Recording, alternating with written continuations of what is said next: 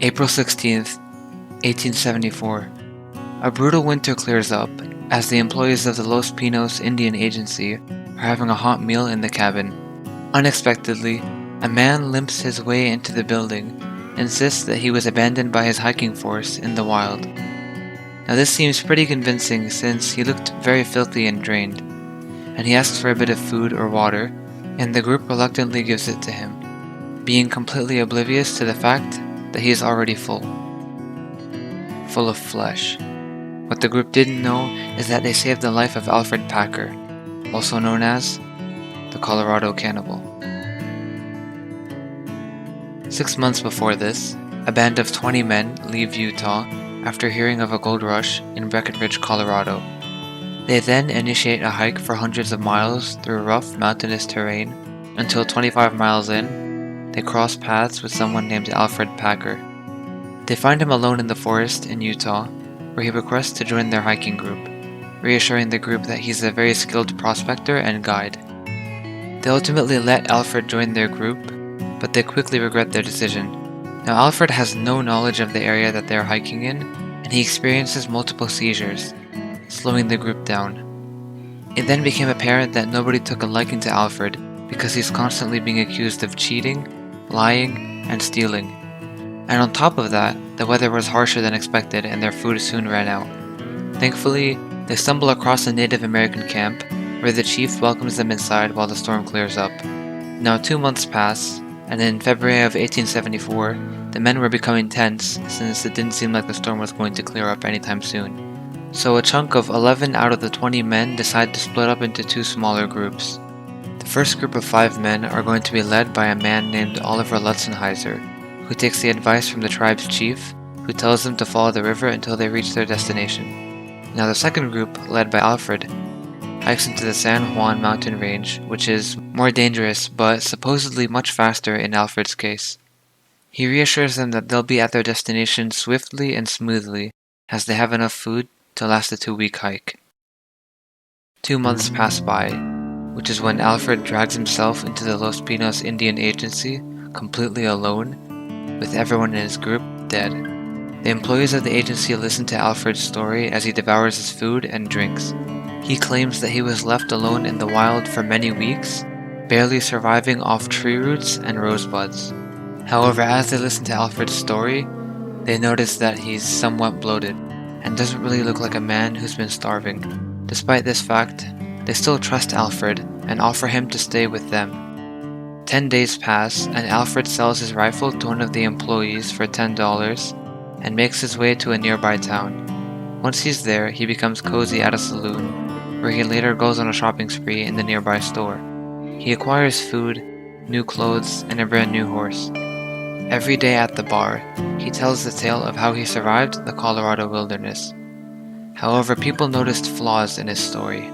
They didn't understand how Alferd was spending so much money after claiming that he was broke. Based on what he told them, he should have $10 in his pocket from selling his rifle, but has found a way to spend hundreds of dollars in the span of only a few days. Now Alferd doesn't really care for the gossip as he's already acquired a place to stay, a good amount of food, and all the necessities that he can get. One day, however, he crosses paths with the original men from the hiking group. Now they were obviously starving and exhausted. Now once they spot Alferd, they ask where the men from the previous group went, and Alferd then tells them the same story that he's been telling the other people. The men then become enraged, claiming that Alferd has done something evil and unspeakable. Now in the meantime, Oliver Lutzenheiser and his men have made it back to the agency out of the forest. And the employees of the agency welcome Oliver, stating that they actually just received someone from his group, someone named Alferd Packer. Now Oliver is doubtful of this, and after hearing the employees tell him Alfred's story, he warns them that he's up to something heinous and instructs them to bring him in for questioning. While this is happening, Alferd is trying to exit the saloon. However, the men from the original hiking trip will not let him. They said that they know that Alferd played a part in his party's disappearance, and that they're willing to take the law into their own hands if necessary. One of the men even threatens to hang Alferd himself, but is then saved by an officer who brings him in for questioning. Once he's met with a series of questions, it becomes very obvious that Alferd is not telling the truth, and as the men discuss Alferd's punishment, 2 Native Americans barge in holding a line of meat. They stated that while they were hunting, they found the flesh in the forest, which wasn't actually animal flesh, but white man's flesh. Once Alferd hears this, he faints. Now as soon as Alferd wakes up, he's completely unhinged, begging for forgiveness, and assures the men that he'll tell the truth. When the men hear this, they immediately become suspicious. Then Alferd explains that each of the men in his party died one by natural causes. And when one hiker died, the remaining hikers planned to eat him, loot him, and split the money amongst themselves. In the course of time, there was only down to just Alferd and one other hiker. Alferd then insists that he did not want to harm his fellow hiker, but he had to kill him in self-defense due to the hiker attacking him first. Now obviously nobody in the building bought the story, but they all agreed to label Alferd as innocent until proven guilty. The chief of the agency makes a deal with Alferd that if he's inclined to guide a group of men from the agency to find and label the bodies, the agency may be able to believe his story. Knowing that there was no other choice, Alferd and a couple of agency employees go back into the wilderness, and as multiple weeks pass by, the search reveals no results. Alferd is not able to confirm the bodies' locations, and due to this, he becomes desperate.